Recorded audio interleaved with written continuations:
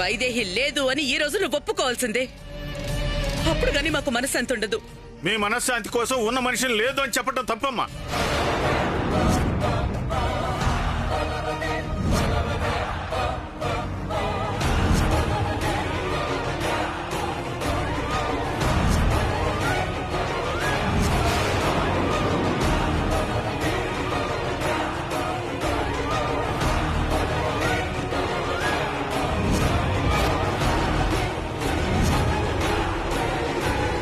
అల్లుడు గారి నమ్మకం నిజమే.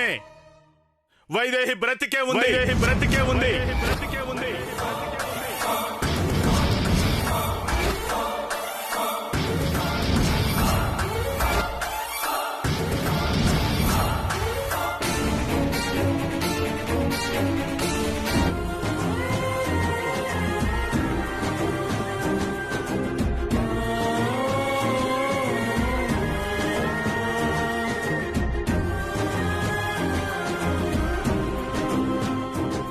ఓం నమః శివాయ.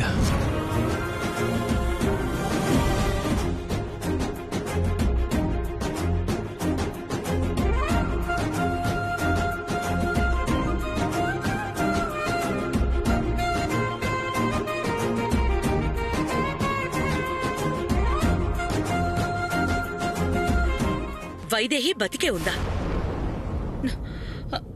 ఏం మాట్లాడుతున్నారన్నయ్య? భార్య లేదంటే వాడు నమ్మనట్టు, కూతురు లేదని మీరు నమ్మడం లేదా? మీరు వాళ్ళ భ్రమపడుతున్నారా? భ్రమ కాదమ్మా, నిజం నిజం నిజం.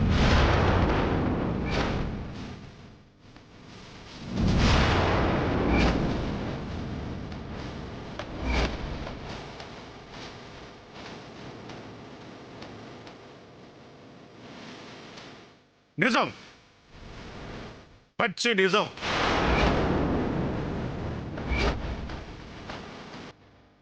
నా కూతుర్ని నేను చూశాను.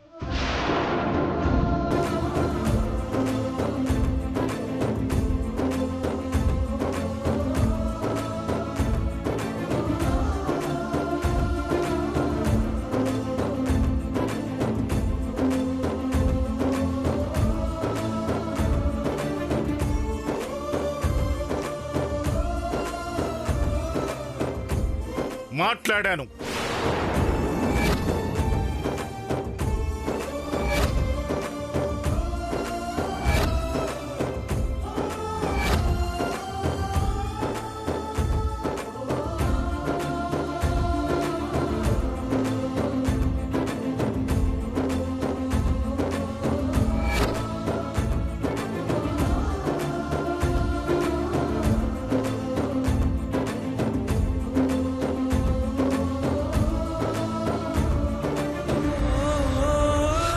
నిజంగా చూశారు మావయ్య?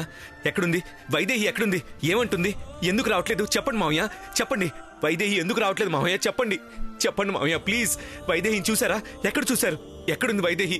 ఎప్పుడు కలిశారు మీరు వైదేహిని? చెప్పండి మావయ్య ప్లీజ్, చెప్పండి. ఆపరా, ఆపు.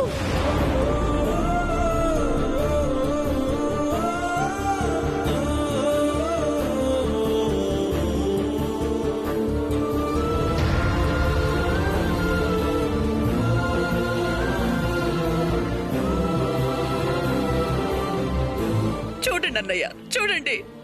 ఆ పేరు వినగానే ఎలా అయిపోతున్నాడో.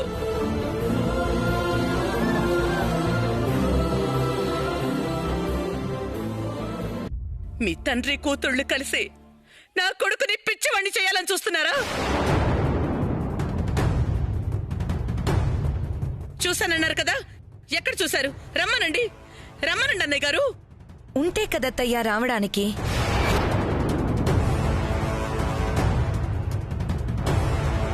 దేవాంశే అనుకుంటే బాబాయ్ గారు అంతకు మించి భ్రమలో ఉన్నట్టున్నారు. వైదేహి గనుక ఉండుంటే దేవాంశ్ పెళ్లి జరిగినప్పుడు వచ్చుండాలి. హాస్పిటల్లో చావు బ్రతుకుల్లో ఉన్నప్పుడైనా వచ్చుండాల్సింది. వచ్చింది.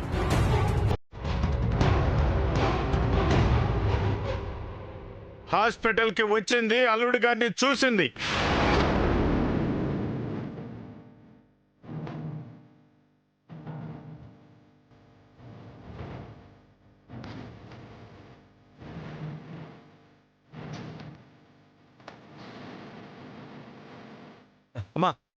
నేను చెప్పాను కదమ్మా వచ్చిందని, నా చెవిలో మాట్లాడిందని. మీరే నమ్మలేదు. వస్తే అక్కడే ఉన్న మాకెందుకు కనిపించలేదు? అసలు వైదేహి అంటూ ఉంటే ఇంటికి ఎందుకు రాలేదు? అసలు ఇంట్లోంచి ఎందుకు వెళ్ళిపోయిందో చెప్పండి అమ్మా. ఇప్పుడు ఎందుకు రావట్లేదో నేను చెప్తాను.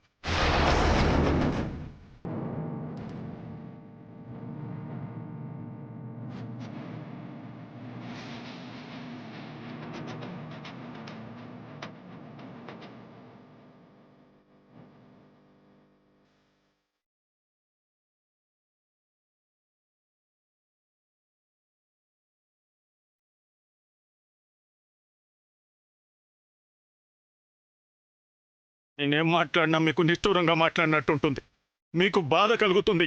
కానీ నా కూతురు ఎంత బాధపడుతూ ఇల్లు వదిలి వెళ్ళిపోయిందో, మీ ముందుకు రాకుండా ఉండటానికి ఎంత బాధపడుతుందో మీకు తెలీదమ్మా, తెలీదు.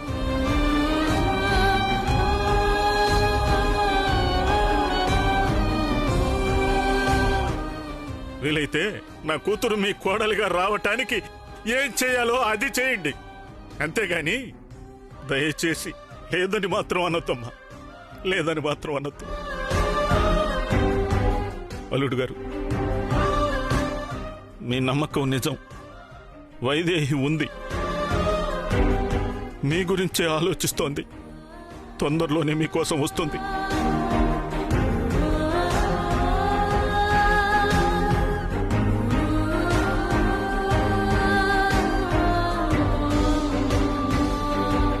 వస్తాను బాబు. మావయ్య గారు ఆగండి. మావయ్య గారు, వైదేహి ఉన్న సంగతి తప్ప మిగతాదేమీ నాకు అర్థం కావడం లేదు. వైదేహి ఎక్కడుందో చెప్పండి. నేను తన్ని కలవాలి, మాట్లాడాలి.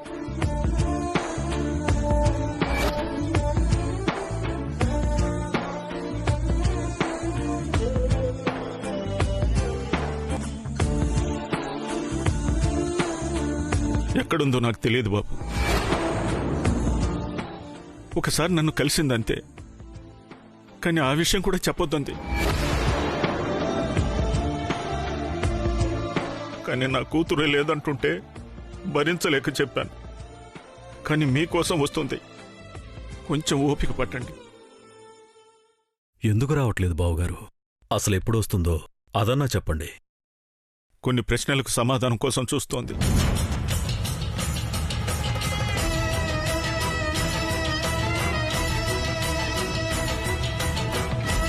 అవి తెలుసుకోగానే వచ్చేస్తుంది. నాకింతవరకే తెలుసు బాబుగారు. వెళ్ళొస్తాను. వైదేహిని చంపేశాం కదా, ఇంకా బతికే ఉంది చూశాను అంటాడేంటి? ఈ విషయం మామతో చెప్పాలి. అయ్యో, అసలు అమ్మేం చేస్తుంది?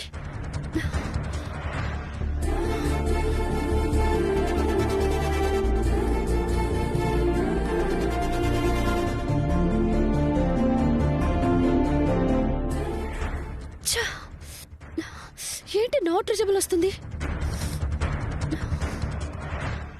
The number you are trying to call is currently not reachable. అయ్యో, నాట్ రీచబుల్ వస్తుందేంటి?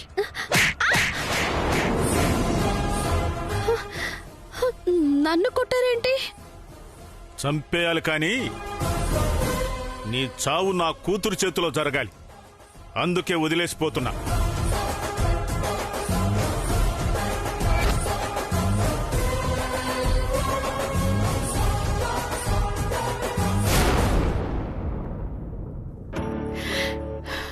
ఈ హారం అన్ని కోట్ల విలువ చేస్తుందా?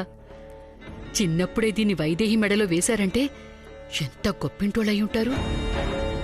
ఎప్పటికీ ఈ హారం గురించి వైదేహికి తెలియకూడదు. ఈ సేటేదో మంచిపడనుకుంటే ₹1,00,000 చేతిలో పెట్టి కోట్ల విలువ చేసే హారం కొట్టేయాలని చూశాడు. పోనీ ఆ మ్యాగీ ఏమన్నా మేలు చేస్తుందనుకుంటే అది అంతకన్నా ముదురులా ఉంది. ఈ హారాన్ని జాగ్రత్తగా చూసుకోవాలి. దీన్నమ్మగా వచ్చిన ₹1,00,00,000తో నా మనవరాలు స్థిరపడిపోవాలి. ఏంటత్తయ్యా?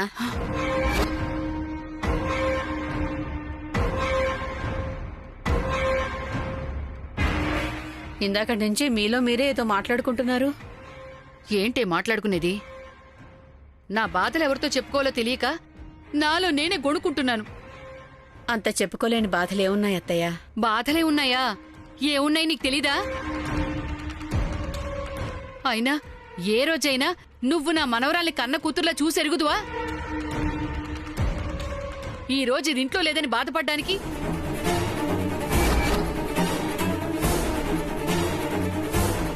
నీకు నీ మొగుడికి ఆ పెంచుకున్నదే ఎక్కువైపోయింది. ఏం చేయమంటారు అత్తయ్య? దాని బుద్ధి సరిగ్గా ఉంటే ఈ పరిస్థితి వచ్చుండేదా? ఏంటి బుద్ధి? ఏంటి బుద్ధి? పిల్లలు ఎవరైనా తప్పు చేస్తే మందలించి దారిలోకి తెచ్చుకోవాలి గాని ఇంట్లోకి రాకుండా చేస్తారా? అది కూడా ఒక ఆడపిల్లని అనాథగా వదిలేశారు. ఏమండి, ఏమైందండి? వైదేహి గురించి ఏదో తెలుస్తుందన్నారు, ఏమైనా తెలిసిందా? మారరే, మీరు మారరు. కన్న కూతురు అక్కడ దిక్కులేందాల్లాగా పడుందని నెత్తి నోరు కొట్టుకుని చెప్తున్నా అస్సలు వినిపించుకోకుండా ఇంకా ఆపించిన దానికోసమే ఆలోచిస్తున్నారు చూడు.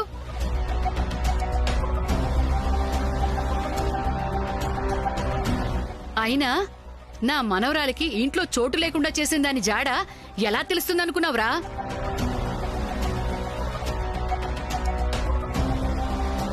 అది ఎక్కడుందో ఎప్పటికీ ఎవరికీ తెలీదు. ఎక్కడో చోట దిక్కులేని దానిలాగా బ్రతుకుతోంది. అమ్మా, నీకెలా నచ్చితే అలా అనుకో, కానీ ఆ దేవుడికి ఎవరిని ఎక్కడ ఎలా చేర్చాలో బాగా తెలుసు. దానికి కావాల్సిన దారి ఆ దేవుడే చూపిస్తాడు.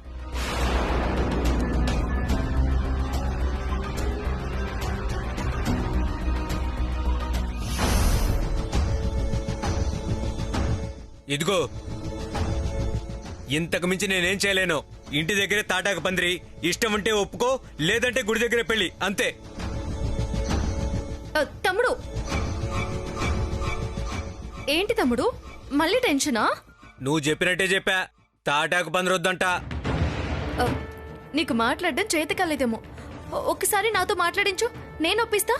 నా పెళ్ళం సంగతి నీకు తెలీదు, అది ఎవ్వరి మాట విందు. ఈ గీత చెప్తే ఎవరైనా వింటారు. ఒకసారి ఫోన్ కలిపివు, నేను చెప్తాను. ఏం వద్దులే అమ్మా. మాట్లాడతాను అంటున్నాను కదా, కలుపు తమ్ముడు. ఏం చెప్పాలి? ఈవెంట్ మేనేజర్ కి చెప్పాను, నీకేం కావాలో చెప్పు, ఆవిడ చూసుకుంటుంది అని చెప్పు.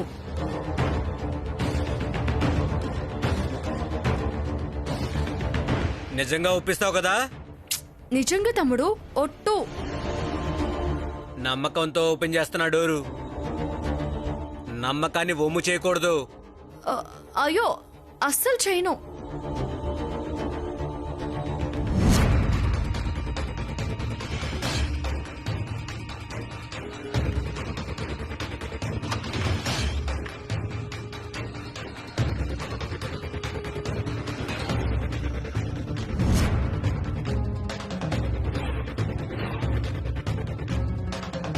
హలో, ఇదిగో చెల్లెళ్ళ పెళ్లి గురించి మాట్లాడడానికి ఈవెంట్ మేనేజర్ దగ్గరికి వచ్చా.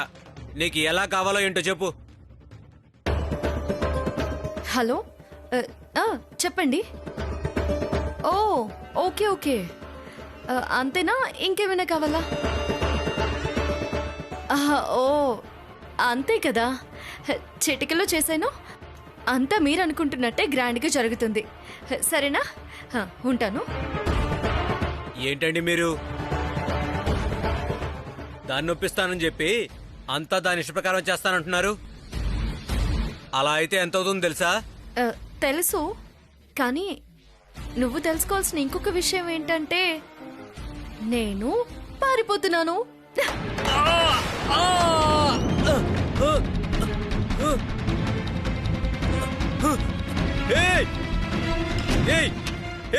ఓపెన్ చేయి, డోర్ ఓపెన్ చేయవే, డోర్ ఓపెన్ చేయి. హలో హలో హలో, ఓపెన్ చేయి, డోర్ ఓపెన్ చేయి. మా మేడం నన్ను చంపేస్తుంది, ప్లీజ్.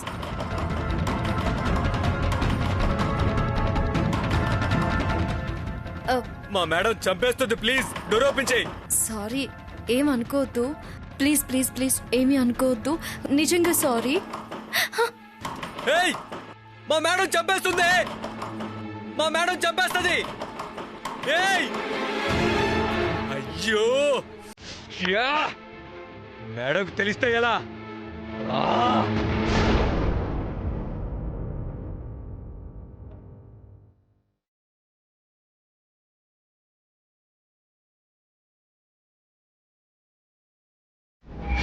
అల్లుడు గారి నమ్మకం నిజమే.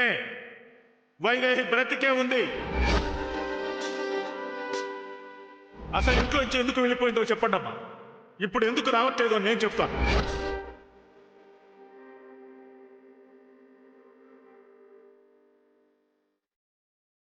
నా కూతుర్ని నేను చూశాను, మాట్లాడాను. ఒకసారి నన్ను కలిసిందంతే. కానీ ఆ విషయం కూడా చెప్పొద్దుంది. కానీ మీకోసం వస్తుంది. కొంచెం ఓపిక పట్టండి.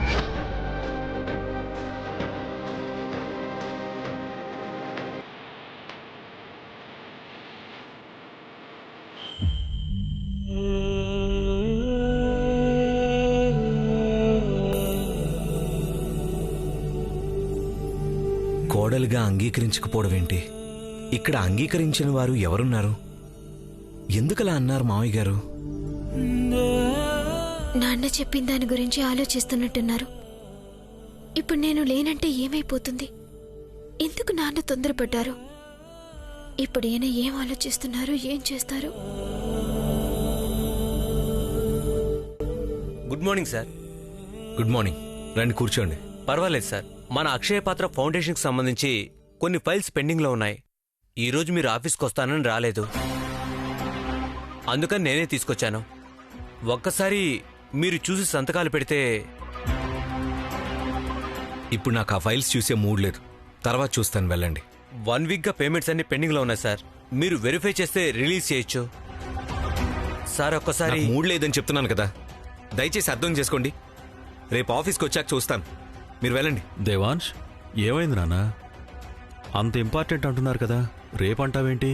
సంతకం పెట్టు. పెట్టినాన్నా? ఇవ్వండి. పెట్టినాన్నా?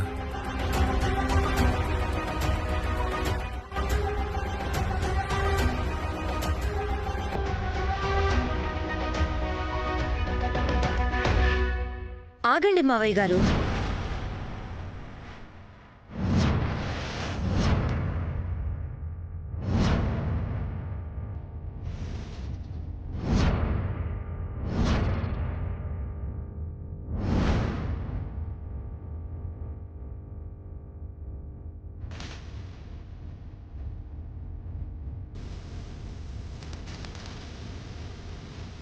అసలు ఫైల్స్ మీద సంతకాలు పెట్టే అర్హత దేవాంశ్కుందా?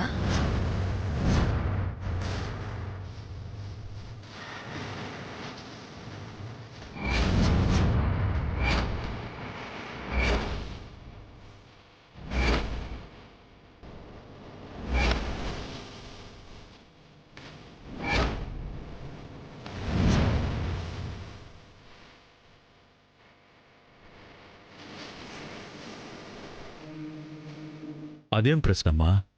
వాడు రాజ్యాధిపతి. రాజ్యాధిపతికి కాక ఇంకెవరికి అర్హత ఉంటుంది? మావయ్య గారు, రాజ్యాధిపతికి అర్హత ఉంటుంది, కానీ రాజ్యాధిపతిగా ఉండే అర్హత దేవాంశ్కుందా అని అడుగుతున్నా.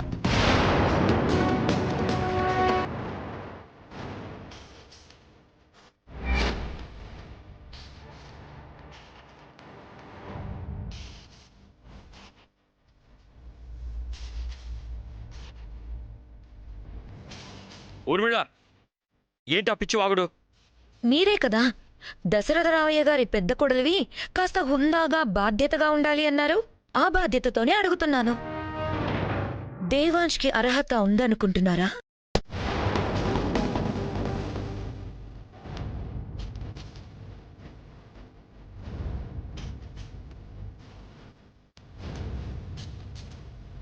అసలేం మాట్లాడుతున్నావు ఊర్మిళ? దేవాంష్కి అర్హత లేకపోవడం ఏంటి? అవునత్తయ్యా, అర్హత లేదు.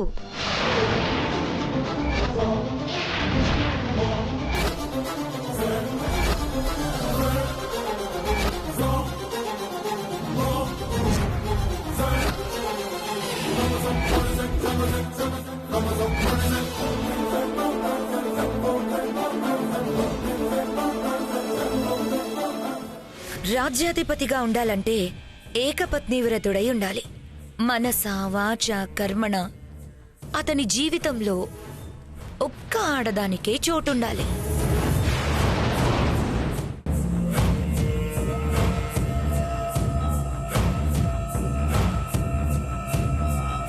కానీ దేవాంశ్ జీవితంలో ఉన్నది ఎవరు? ఎంతమంది ఆడవాళ్ళు?